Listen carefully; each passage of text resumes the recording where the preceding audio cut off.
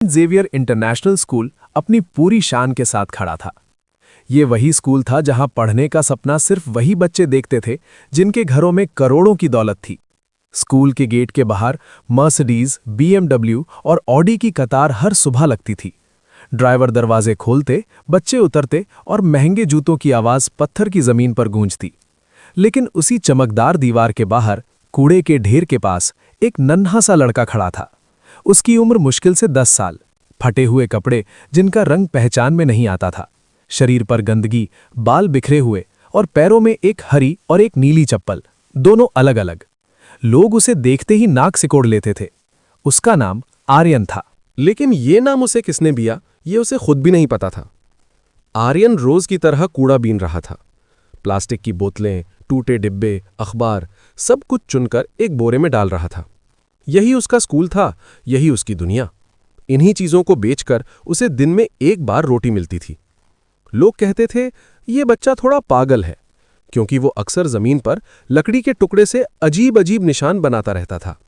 लोग नहीं जानते थे कि वे निशान गणित के सूत्र थे। आर्यन को यह भी नहीं पता था कि गणित क्या होती है, लेकिन उसका दिमाग संख्याओं की भाषा समझता था। कूड़े में उसे पैटर्न दिखते थे, बोतलों में क्रम, तारों में गणना। उसकी आंखों में एक अजीब सी चमक थी, जैसे कोई बहुत बड़ा राज छुपा हो। उसी समय स्कूल के अंदर एक अलग ही माहौल था। आज प्रोफेसर विशाल शर्मा आए थे, दिल्ली के सबसे बड़े गणितज्ञ। आईआईटी दिल्ली, अमेरिका, अंतर्राष्ट्रीय सम्मान, सब कुछ उनके नाम के साथ जुड़ा था। लेकिन उनके चेहरे पर कभी मुस्कान नहीं होती थी। 8 साल पहले उनका 2 साल का बेटा एक मेले में खो गया था। नाम आर्यन। उस दिन के बाद से उनकी दुनिया रुक गई थी। उन्होंने बच्चों से प्यार करना छोड़ दिया था और खुद को सिर्फ गणित में डुबो दिया था। आज वे एक ऐसा सवाल लेकर आए थे जिसे वे 20 साल से खुद भी हल नहीं कर पाए थे। ब्लैक बोर्ड भरता जा रहा था, संख्याएं, चिन्ह, फॉर्मूले, जैसे कोई दूसरी दुनिया की भाषा लिखी जा रही हो। क्लास में सन्नाटा था। प्रोफेसर ने पीछे मुड़कर कहा, अगर इसे कोई हल कर दे तो मैं अपनी प्रोफेसरी छोड़ दूंगा।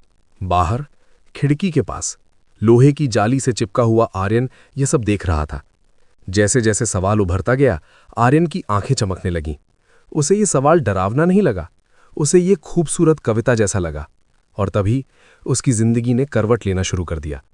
ब्लैकबोर्ड पर लिखे गए निशान जैसे जैसे पूरे हो रहे थे, आर्यन की सांसें तेज होती जा रही थीं। उसे समझ नहीं आ रहा था कि यह सब कैसे हो रहा है, लेकिन उसका दिमाग हर चिन्ह को पहचान रहा था, जैसे ये निशान उसके अपने हों, जैसे किसी ने बरसों पहले उसके भीतर ये भाषा भर दी हो। उधर क्लास के अंदर बच्चे फुसफुसा रहे थे, ये तो हमारे बस की बात नहीं है। इतना मुश्किल सवाल, प्रोफेसर आज पक्का फेल कराने आए हैं। तभी एक अमीर घर का बच्चा खड़ा हुआ, महंगे जूते, ब्रांडेड कपड़े और घमंड से भरी आवाज। मैडम, मैं इस सवाल को हल कर सकता हूं, मुझे एक मौका दीजिए। पूरी क्लास ने उसकी तरफ देखा, लेकिन तभी पीछे से एक टीचर हंस पड़ा। अरे, जब हम जैसे बड़े बड़े टीचर नहीं कर पाए तो ये। और तभी किसी ने खिड़की की तरफ इशारा किया। मैडम, बाहर देखिए, वो कचरा बिनने वाला बच्चा फिर आ गया है। सबकी नजरें बाहर गईं। फटे कपड़ों में खड़ा आर्यन। कुछ बच्चे हंसने लगे।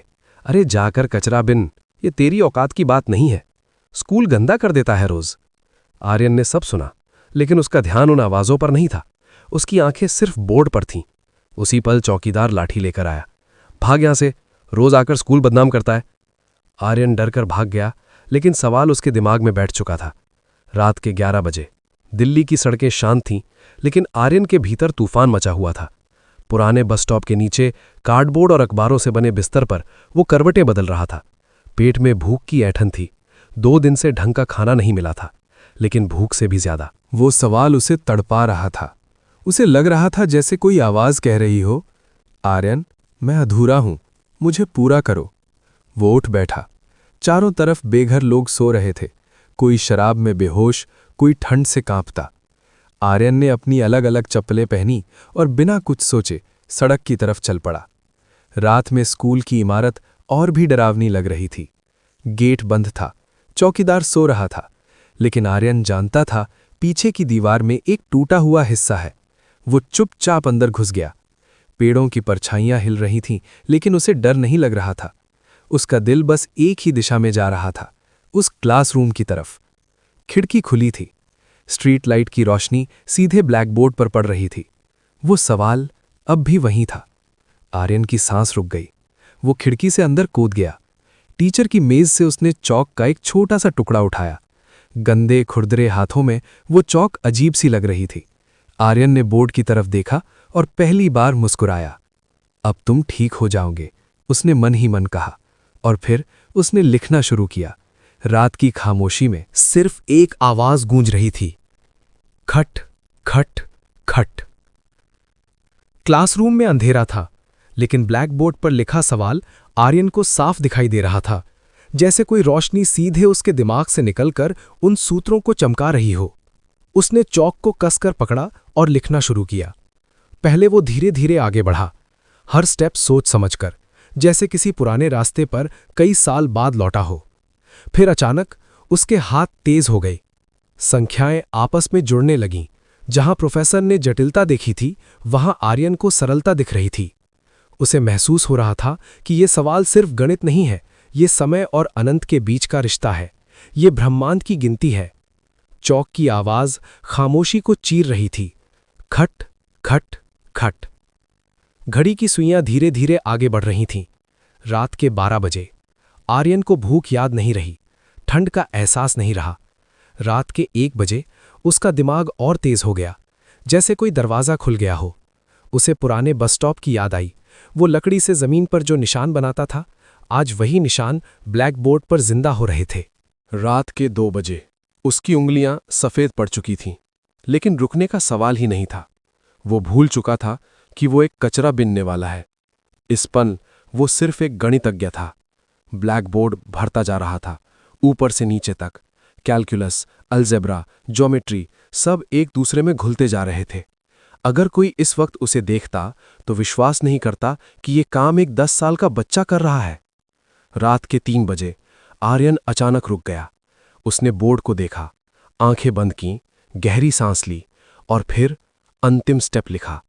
सबसे नीचे एक छोटा सा बॉक्स बनाया और उसके अंदर एक साधारण सी संख्या। इतने भयानक सवाल का इतना सरल उत्तर। आर्यन पीछे हटा। उसके चेहरे पर ऐसी मुस्कान थी जो उसे कभी नहीं मिली थी, न भूख में, न जीत में, न किसी त्योहार में। ये संतुष्टि थी।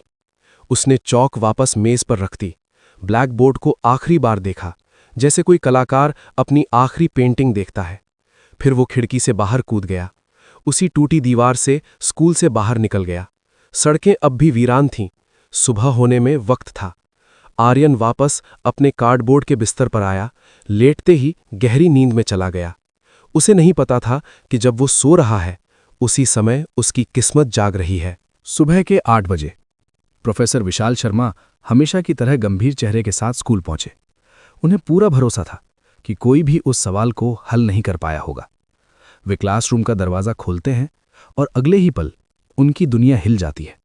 उनके हाथ से फाइलें गिर जाती हैं। ब्लैक बोर्ड पूरा भरा हुआ था। सवाल हल हो चुका था। प्रोफेसर विशाल शर्मा कुछ पल तक बस ब्लैक बोर्ड को देखते रह गए। उनकी आंखें फैल चुकी थीं, हाथ हल्के हल्के कांप रहे थे। उन्हें यकीन नहीं हो रहा था कि जो सवाल उन्होंने 20 सालों में नहीं सुलझाया, वो एक ही रात में पूरी तरह हल हो चुका है। उन्होंने धीरे से अपना चश्मा उतारा, कपड़े से साफ किया और फिर से बोर्ड को देखने लगे। एक एक स्टेप, एक एक लाइन। ये तो उनके मुंह से शब्द नहीं निकल रहे थे। उसी वक्त प्रिंसिपल मीरा भी क्लास में आ चुकी थी। उन्होंने भी बोर्ड देखा और चौंक गई। विशाल, क्या ये सही है? उनकी आवाज में अविश्वास था। प्रोफेसर ने भारी आवाज में कहा, मीरा, ये सिर्फ सही नहीं है, ये जीनियस है। वे बोर्ड के पास और करीब गए। जहां उन्होंने जटिल रास्ते चुने थे, वहां किसी ने सीधा और सुंदर रास्ता खोज लिया था। ये तरीका, प्रोफेसर बुदबुदाए, ये तो मैंने कभी सोचा ही नहीं। उनकी आंखों में पहली बार चमक थी, लेकिन अगले ही पल उनका चेहरा सख्त हो गया। ये कोई छात्र नहीं कर सकता, मीरा ने कहा। कहीं कोई बाहर से आकर? नहीं, प्रोफेसर ने बीच में रोक दिया। ये सवाल कहीं मौजूद ही नहीं है, ये सिर्फ मेरे दिमाग में था। उन्होंने बोर्ड की लिखावट देखी। अक्षर थोड़े टेढ़े थे, लाइनें बराबर नहीं थीं। ये किसी बच्चे की हैंडराइटिंग है, उन्होंने धीमे से कहा। पूरे स्कूल में हड़कंप मच गया। सिक्योरिटी ऑफिसर रमेश को बुलाया गया। कल रात का सीसीटीवी फुटेज लाओ अभी। 20 मिनट बाद लैपटॉप खुला। सब लोग स्क्रीन के सामने खड़े थे। रात के 11 बजे स्कूल शांत। 2:30 बजे एक छोटी सी परछाई पीछे की दीवार फांदती दिखी। रुको, जूम करो, प्रोफेसर ने कहा। स्क्रीन पर एक छोटा बच्चा दिखाई दिया। वो सीधे क्लासरूम की तरफ गया, खिड़की से अंदर कूदा। अगले 4 घंटे वो बच्चा लगातार ब्लैकबोर्ड पर लिखता रहा। सुबह 3:30 बजे वो वापस चला गया। कमरे में सन्नाटा छा गया। रमेश ने धीरे से कहा, सर, ये तो वही है जो रोज बाहर कूड़ा बीनता है। प्रोफेसर का दिल एक पल को रुक गया। नाम? उन्होंने पूछा। आर्यन, रमेश ने जवाब दिया। आर्यन, ये नाम सुनते ही प्रोफेसर की सांस अटक गई। 8 साल पहले यही नाम उनकी जिंदगी से छिन गया था। मीरा ने कहा, विशाल, ये सिर्फ इत्तेफाक है। इस शहर में हजारों आर्यन हैं। लेकिन प्रोफेसर का मन बेचैन हो चुका था। वो बार बार स्क्रीन पर उस बच्चे को देख रहे थे। ये बच्चा, उन्होंने धीमे से कहा, साधारण नहीं है। उन्होंने रमेश की तरफ देखा। क्या तुम्हें पता है वो कहाँ रहता है? पुराने बस अड्डे के पास सर, रमेश बोला। प्रोफेसर ने बिना देर किए कहा, मुझे आज ही उससे मिलना है। उनके दिल में एक डर था और एक उम्मीद। अगर ये वही आर्यन हुआ तो? दोपहर की धूप पुराने बस अड्डे की टूटी हुई सड़कों पर सीधी गिर रही थी। ये इलाका दिल्ली की उस सच्चाई को दिखाता था जिसे बड़े बड़े लोग अपनी चमकदार गाड़ियों से कभी देखना नहीं चाहते थे। गंदे नाले, कूड़े के ढेर, फटी झुग्गियां और बेघर लोगों की भीड़। प्रोफेसर विशाल शर्मा की गाड़ी धीरे धीरे आगे बढ़ रही थी। उनके साथ प्रिंसिपल मीरा भी थी। हर दृश्य प्रोफेसर के दिल को काट रहा था। अगर ये वही हुआ? उनके होंठ कांप रहे थे। उन्होंने गाड़ी रुकवाई और पैदल ही अंदर बढ़े। लोगों से पूछताछ की गई। एक छोटा लड़का कचरा बिनता है, नाम आर्यन। एक बूढ़ा आदमी बोला, हाँ साहब, अजीब बच्चा है, हमेशा अकेला रहता है। दूसरा बोला, पागल समझते हैं लोग इसे, जमीन पर कुछ लिखता रहता है। प्रोफेसर का दिल और तेज भड़कने लगा। फिर उन्होंने उसे देखा, एक पुरानी बस के नीचे बैठा हुआ, प्लास्टिक की बोतलें साफ करता हुआ बच्चा, फटे कपड़े, धूल से भरा चेहरा, आर्यन। प्रोफेसर के कदम अपने आप रुक गए। ये बच्चा ठीक उसी उम्र का था जितना उनका बेटा आज होता। आर्यन ने उन्हें देखा और डर गया। उसने बोतलें छोड़ी और भागने लगा।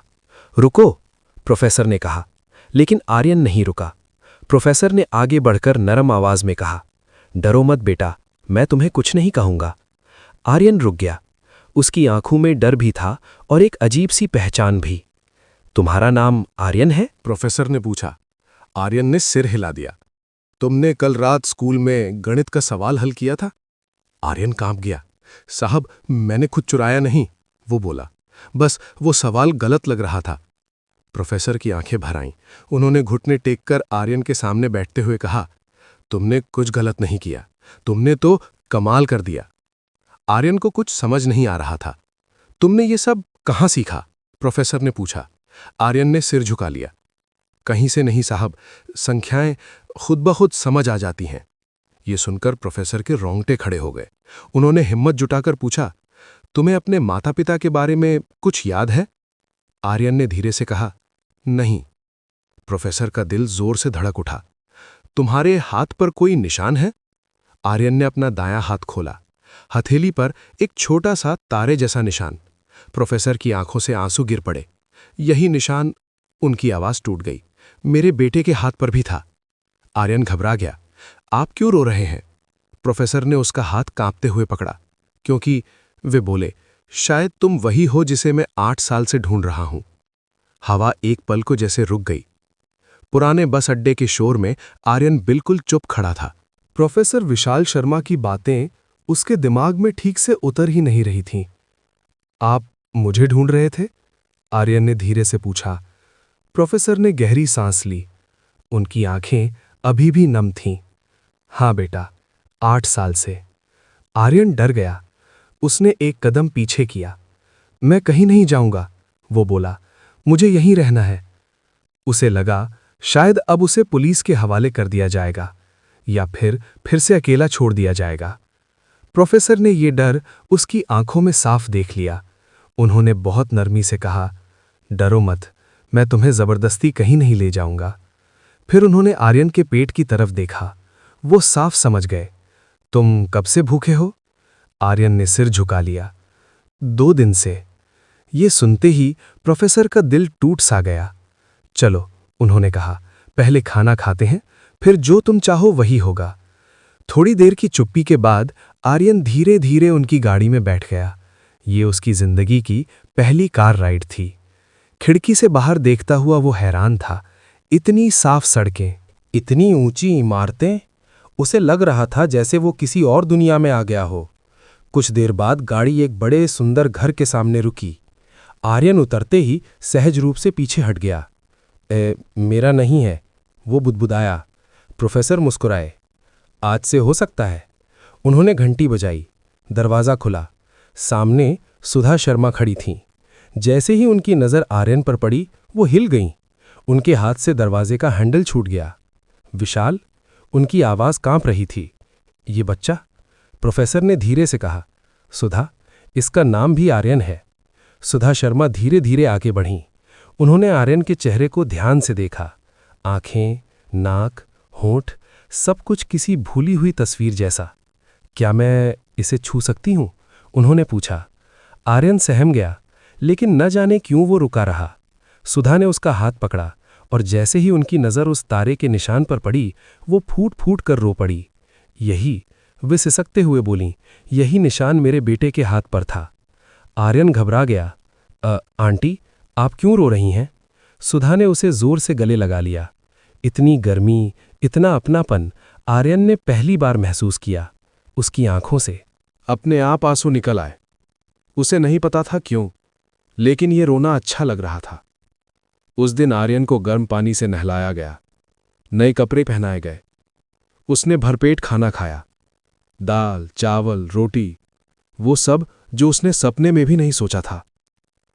रात को साफ बिस्तर पर लेटा हुआ वो छत को देखता रहा। कमरा रोशनी से भरा था। कोई डर नहीं, कोई ठंड नहीं। उसकी आंखें धीरे धीरे बंद हो गईं और उसी कमरे के बाहर प्रोफेसर और सुधा खामोशी से बैठे थे। विशाल, सुधा ने कहा, मुझे फर्क नहीं पड़ता डीएनए क्या कहेगा। मेरा दिल कहता है यही हमारा बेटा है। प्रोफेसर ने आंखें बंद कर ली। अगर ऐसा है, उन्होंने कहा, तो भगवान ने हमें दूसरी जिंदगी दी है, लेकिन सच्चाई अभी पूरी तरह सामने आनी बाकी थी।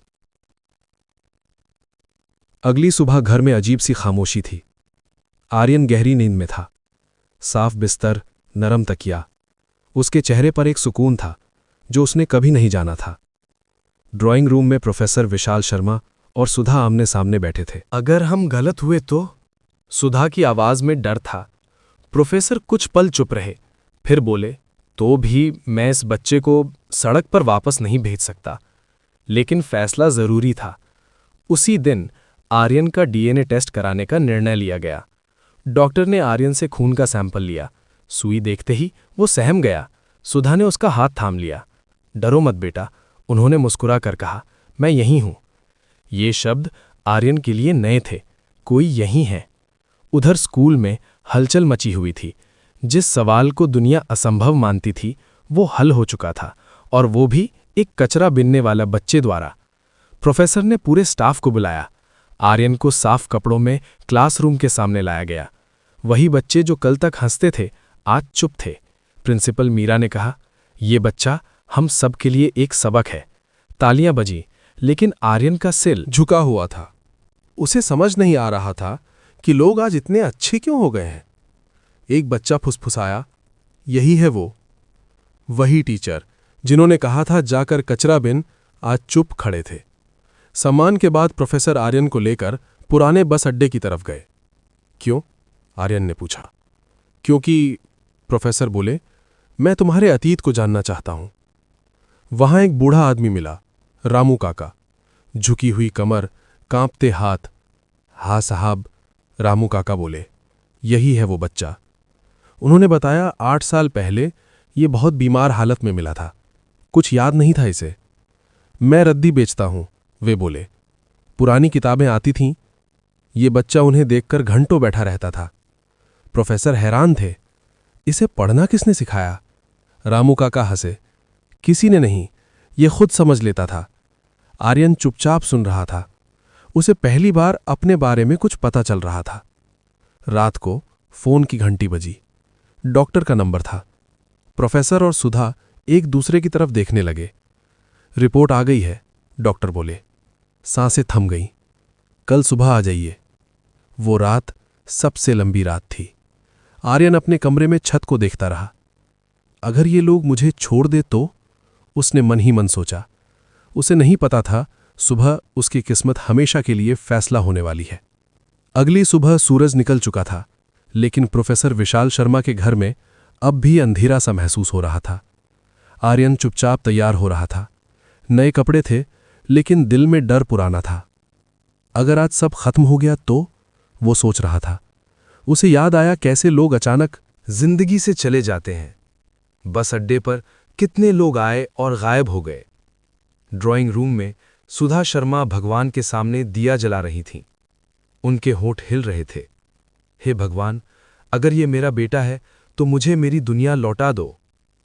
प्रोफेसर विशाल शर्मा खिड़की के पास खड़े थे। उनकी उंगलियां लगातार कांप रही थीं। कार अस्पताल के सामने रुकी। आर्यन ने सफेद इमारत को देखा और घबरा गया। मुझे इंजेक्शन नहीं चाहिए, उसने धीरे से कहा। सुधा ने उसका हाथ थाम लिया। आज के बाद तुम्हें कभी डरने की जरूरत नहीं पड़ेगी। डॉक्टर के केबिन के बाहर तीनों चुप बैठे थे। हर सेकंड घंटों जैसा लग रहा था। दरवाजा खुला। डॉक्टर मुस्कुराए। अंदर आइए। प्रोफेसर और सुधा लगभग सांस रोके खड़े थे। डॉक्टर ने फाइल खोली, एक पल रुके, फिर बोले, बधाई हो। बस यही शब्द। सुधा की आंखों से आंसू बह निकले। डीएनए रिपोर्ट 100% मैच करती है। आर्यन, आपका ही बेटा है। उस पल प्रोफेसर विशाल शर्मा जमीन पर बैठ गए। 20 साल की कठोरता, 8 साल का दर्द, सब टूट गया। उन्होंने आर्यन को जोर से सीने से लगा लिया। माफ कर देना बेटा, मैं तुम्हें ढूंढ नहीं पाया। आर्यन को कुछ समझ नहीं आ रहा था। तो उसने धीरे से पूछा, आप मेरे पापा हो? सुधा ने रोते हुए कहा, हां बेटा, और मैं तुम्हारी मां हूं। ये शब्द आर्यन के लिए सबसे नए थे। मां, पापा, उसने दोनों को देखा। पहली बार उसके पास कोई था जो उसका था। घर लौटते वक्त आर्यन ने कार की खिड़की से पुरानी सड़कों को देखा। बस अड्डा दूर छूटता जा रहा था। उसने मन ही मन रामू काका को याद किया। घर पहुंचकर पूजा रखी गई। पड़ोसी आए। खुशी और हैरानी साथ साथ, लेकिन हर कोई एक ही सवाल पूछ रहा था। इतने सालों तक ये बच्चा कहाँ था और इतना गणित इसने कैसे सीख लिया? प्रोफेसर ने सबको एक ही जवाब दिया, प्रतिभा को किताबों की जरूरत नहीं होती। रात को आर्यन अपने कमरे में बैठा था। दीवार पर गणित के फ्रेम लगे थे। उसने चौक उठाया और ब्लैक बोर्ड पर कुछ लिखने लगा। प्रोफेसर दरवाजे पर खड़े थे। उन्होंने देखा आर्यन फिर उसी दुनिया में था जहां संख्याएं उसकी दोस्त थीं। प्रोफेसर मुस्कुराए।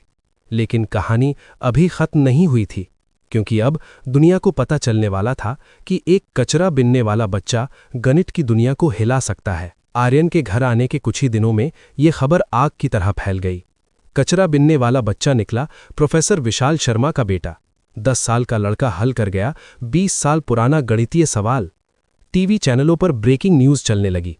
कैमरे, माइक, पत्रकार सब प्रोफेसर के घर के बाहर जमा हो गए। आर्यन खिड़की के पीछे से ये सब देख रहा था। उसे शोर से डर लग रहा था। ये लोग कौन हैं? उसने पूछा। प्रोफेसर ने उसके कंधे पर हाथ रखा। ये दुनिया है बेटा, अब तुम्हें जानना चाहती है।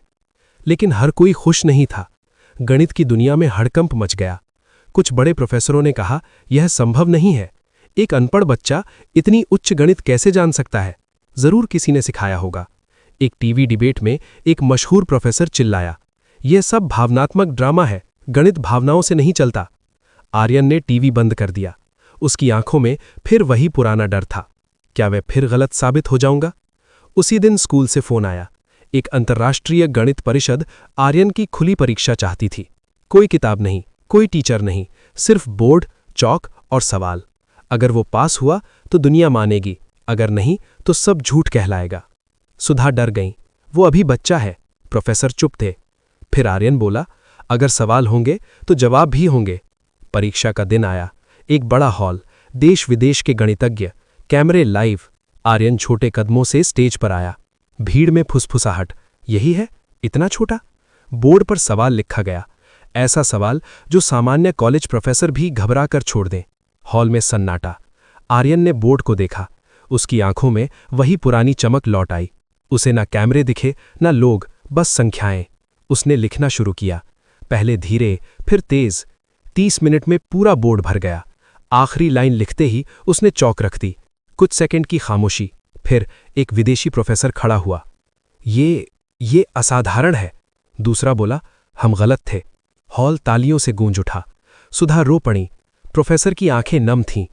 आर्यन ने पहली बार दुनिया की तरफ देखा। उसे अगर ये कहानी आपके दिल तक पहुंची हो तो इसे लाइक कीजिए और दंगल स्टोरी को चैनल को सब्सक्राइब जरूर कीजिए। मिलते हैं अगली कहानी में।